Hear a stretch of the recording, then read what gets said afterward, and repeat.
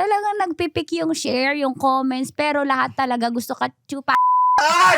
Bakit ganito din? Di ba? Yung sa mga Bisa pa chino. lang, bakit nag-iinit na? So minsan talaga merong mga demographics na tinatawag. Yan. Oo, totoo. Age. Demographics, tapos kung ano yung peak time mo. Yan. Di ba? Oo. Part talaga siya ng strategizing ko. Hindi, totoo. Kasi once na nag-post siya ng mga hugot mong may tama at naka-relatable talaga, talagang nagpipik yung share, yung comments, pero lahat talaga gusto ka chupa. Ay!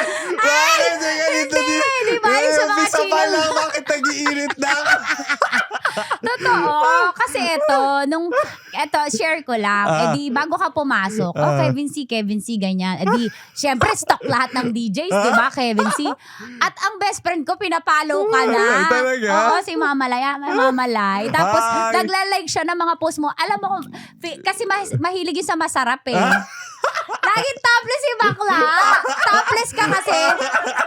Siyempre, hindi sila nakafocus sa sinasabi mo doon. Ala! Para sabihin ko sa'yo. Sayang effort ko. Nakafocus sila sa smile mo at sa naked body mo. Totoo. Hindi, ano oo. yun? Marketing.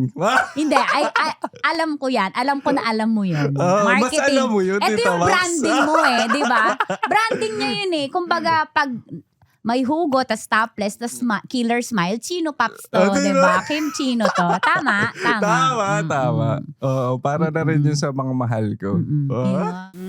Sarap manood ng radyo, no? Ginawa mo na talagang bisyo ang panonood sa amin, no? Umabot ka na rito eh. Huy!